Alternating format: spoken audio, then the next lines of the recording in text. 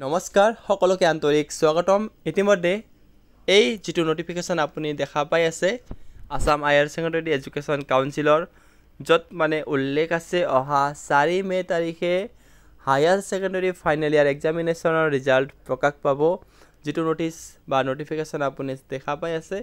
সেইটো বিভিন্ন ধৰণৰ সামাজিক মাধ্যমত দ্ৰুত গতিভাৱে প্ৰচাৰ হৈ আছে এই নোটিফিকেশনটো একেবাৰে ফেক নোটিফিকেশন হয়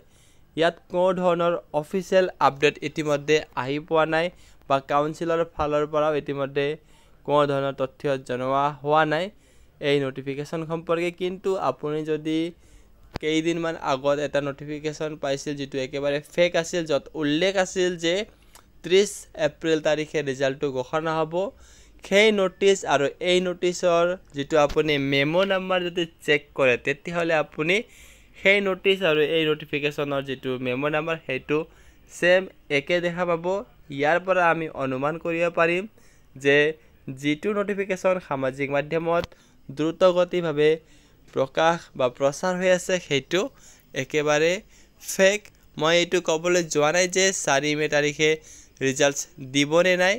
কিন্তু যেটো নোটিফিকেশন বৰ্তমান প্ৰচাৰিত হৈ আছে হেতু নোটিফিকেশন একেবাৰে